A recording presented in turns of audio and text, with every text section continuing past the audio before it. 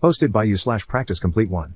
So, I, 50M, have 3 kids, Sarah, 35F, Jessica, 25F, and Ben, 23M. My wife and I had Sarah when we were both 16. It wasn't easy, but with the support of both our parents, we were able to finish college while raising her. When it was time for Sarah to go to college, we didn't have the money to help her, so she took out loans and paid for them herself. We learned from our mistakes and started saving for her siblings, Jessica and Ben, who each got around a $100K college fund and graduated debt-free. Through all of this, Sarah never complained. She finished her education, got a fantastic job, and managed to repay her loans in just 3 years while staying with us to save as much as possible. She also helped us a lot by babysitting her younger siblings and has always been selfless, helping out in any way she could, maybe even to a fault. When she told me 5 years ago that she was getting married, I talked to my wife and shared how bad I felt that we were never able to do anything significant for her. I wanted to give her the inheritance I received from my grandmother, about $50K, to help pay for her wedding and a down payment on a house. Luckily, my wife agreed, and although Sarah didn't really need the money, I know it meant a lot to her. The issue is this: Jessica is getting married next year and assumed we would give her a similar gift. She was quite surprised when I told her that we hadn't discussed such plans and, even if we wanted to, we didn't have the budget for it. She told us it wasn't fair that we paid for Sarah but wouldn't do the same for her. I tried to explain the situation, telling her that, in the long run, we spent twice as much on her and Ben as we ever did on Sarah. However, she insisted that Sarah was already well off, pointing out that Sarah and her husband had paid off their house and were doing extremely well financially. I told her this had nothing to do with how much money her sister had. It was about finally being able to do something for our oldest child, who had sacrificed so much because we had her at such a young age. She didn't take it well, left angry, and now won't speak to us.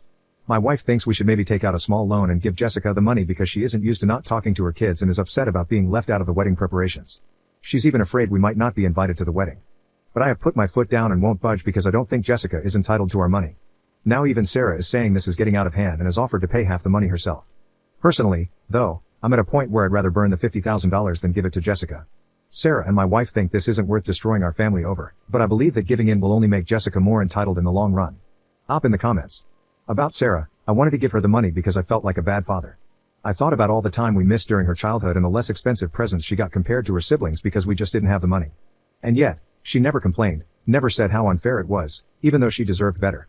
It's my apology to her for us being young and stupid and not being able to provide the childhood she deserved. About my wife, I think she is still a little traumatized and avoids conflict because of what happened to us when we were kids. Her parents threw her out and didn't speak to her for half a year, which had a profound impact on her. I think she's just scared of losing her daughter, like she thought she had lost her parents. Update 1 week later. Thank you all for the fantastic comments and personal messages regarding my last post. After reading them, I felt even more convinced that I was in the right, so I sat down with my wife to talk. Following many of your suggestions, I showed her the post and asked her to read it. She wasn't happy, especially when she saw how many people had read it, but she was also really curious. This has been on her mind a lot lately, and she wanted to know what all of you were thinking. She had a few issues with my comments. She believes that when I said I would rather burn the money, it indicates I need to change my approach to problem solving. While it might be easy for people on the internet to suggest that parents cut off contact with their child, she is not ready to lose her little girl. In addition to that, she thinks my statement about doing my duty and wanting to take care of myself comes across as selfish and is not something a parent should say. She believes there is a reasonable compromise. Instead of giving her the full $50K, we can offer her half for the wedding. This way, we can cover most of the expenses from our savings, borrow the rest from Sarah if needed, and pay her back within a year. I told her right away that I was not going to do that. I suggested that we could separate our finances and that she could return to work full-time to help Jessica pay for the wedding. However, I made it clear that I was done. As selfish as it may seem, I don't feel obligated to Jessica anymore, and I want to enjoy my life while I still can. She replied, as she always does, that I am stubborn, and she would take that step if it meant keeping the family together. I told her that was fine but not to come to me complaining about her health if she went back to work full-time.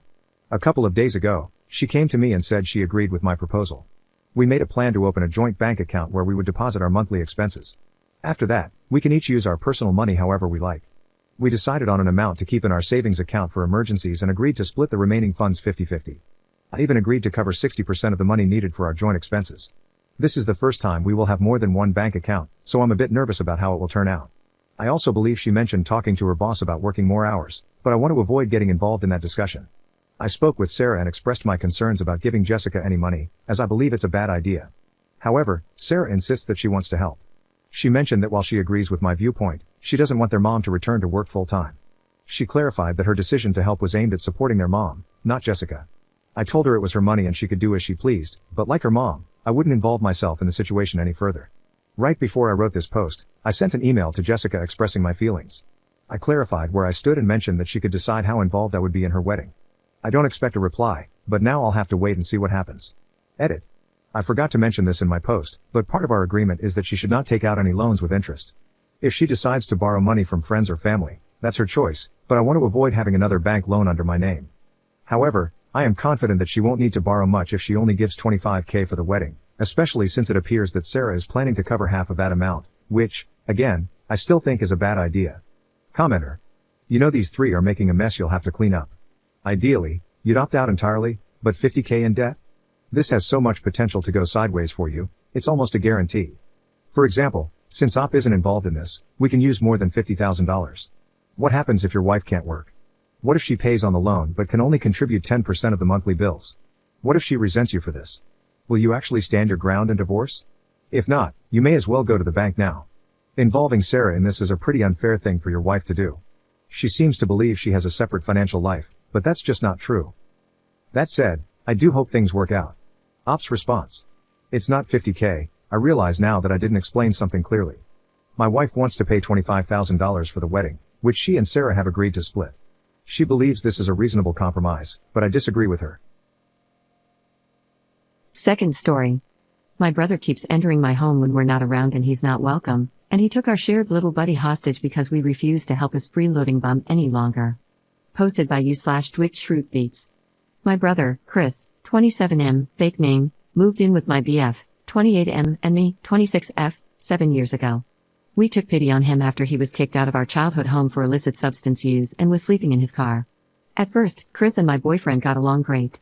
However, after a few years of living together, Chris became more reclusive and distant from us both. Chores were not being done around the house, and I was getting sick of cleaning up after him and dealing with his negative attitude.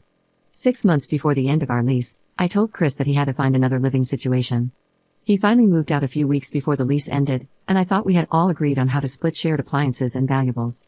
However, one thing we did not discuss was our shared robot mopping device. We had acquired it a few years ago from my grandmother's house. She was moving and offered it to all three of us since she wouldn't be using it. So, we brought that little robot home. This thing is nothing fancy, just a small device you fill with cleaning solution and attach disposable mop pads to. Let me be clear, in the 4 years we've had this thing, Chris has not once paid for any replacement mop pads. He has never even turned the thing on. It was always my BF or me splitting the cost of the pads and setting it up to run nightly so we'd all wake up to clean floors downstairs. Chris hasn't returned his key because he's still slowly moving his things out. It's been over a month now. He always shows up unannounced to our home to gather boxes and his belongings. Sometimes we don't even realize he's there while we're out. Last night, my BF was looking for our little robot friend because we had just gotten new pads delivered for it. After going crazy looking for it and texting Chris, we found out he had taken it, claiming, "Yeah, he is mine." This was the last straw. We had been so accommodating to this man for years. I just can't believe Chris had the audacity to take our beloved robotic cleaning friend without saying a word. I've let Chris know that we are no longer comfortable with him coming by unannounced. If he needs anything, we will look for it ourselves. I also told him he could return his key to the office, and we would pick it up there. His response? Stop being weird. I don't want any of your trash crap. I already had all my useful grow equipment stolen anyways.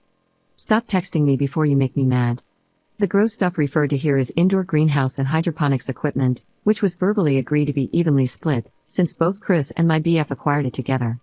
BF has ordered a camera that will arrive tomorrow, and I've contacted the leasing office to make them aware of the animosity between us. I also requested the locks to be changed. I just want to know, am I going too far? This robot is not expensive, but it's more about the principle to me. I feel disrespected. We all have to see each other next week for Thanksgiving, and I know it will be awkward. Update 2 days later. I decided to reach out to my brother and ask him nicely to bring our robot friend to Thanksgiving so we can bring him back home. Here are the messages so far. Me, I've had some time to think about this and gain some different perspectives. I don't believe the robot belongs to you. I'd really appreciate it if you could bring it with you to Thanksgiving so we can bring it back home.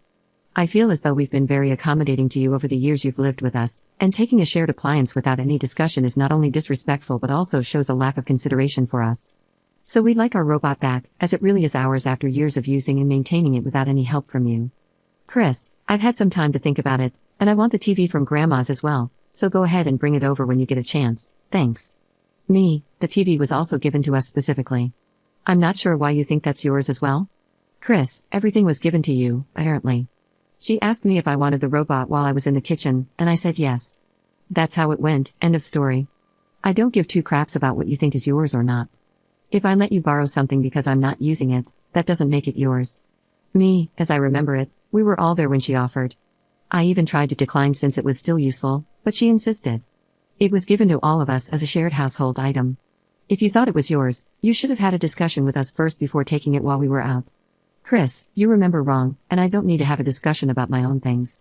Not to mention BF moving shady, taking stuff out of the tent while I was gone, thinking I wouldn't notice. Lol, how is that any different? I didn't bring it up because I'm a bigger person and don't really care anymore. I want to put this terrible part of my life behind me, and if you don't leave it be, I'm going to leave you behind as well. Me, you and BF had a discussion about splitting up the gross stuff, which he thought went amicably. You aren't being very mature, and I don't want someone in my life who can't have a simple conversation about shared items anyway. So I guess that's it. It looks like we will not be getting our little friend back. Thank you all for your support and for interacting with this post. Second update 10 days later. Hello again. I just wanted to start by saying thank you all for your judgments on my last post. I read every comment and gave each perspective some thought. Ultimately, you all helped me gain the confidence to stand up for myself and ask for our robot back.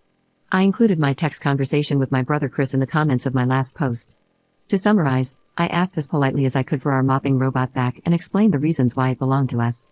Chris refused to see reason and essentially said he would cut me out of his life if I kept bringing it up. My wonderful BF couldn't sit back and let him be disrespectful to us anymore. He had his own conversation with Chris, which, for privacy reasons, cannot be shared.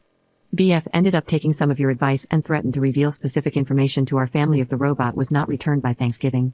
This was last Thursday, so Chris had 1 week to make a decision. After a quiet week, I was preparing myself to drop a bomb at family dinner.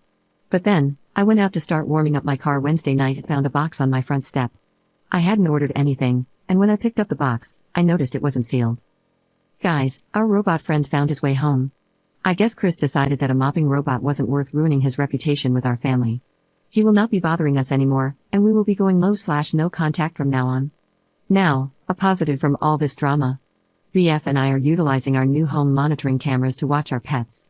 Our dogs and cats' activities while home alone are so entertaining, it's brought us a lot of joy to check in on them. A family photo of the pets and robot will be posted in the comments. Have a great holiday season, everyone.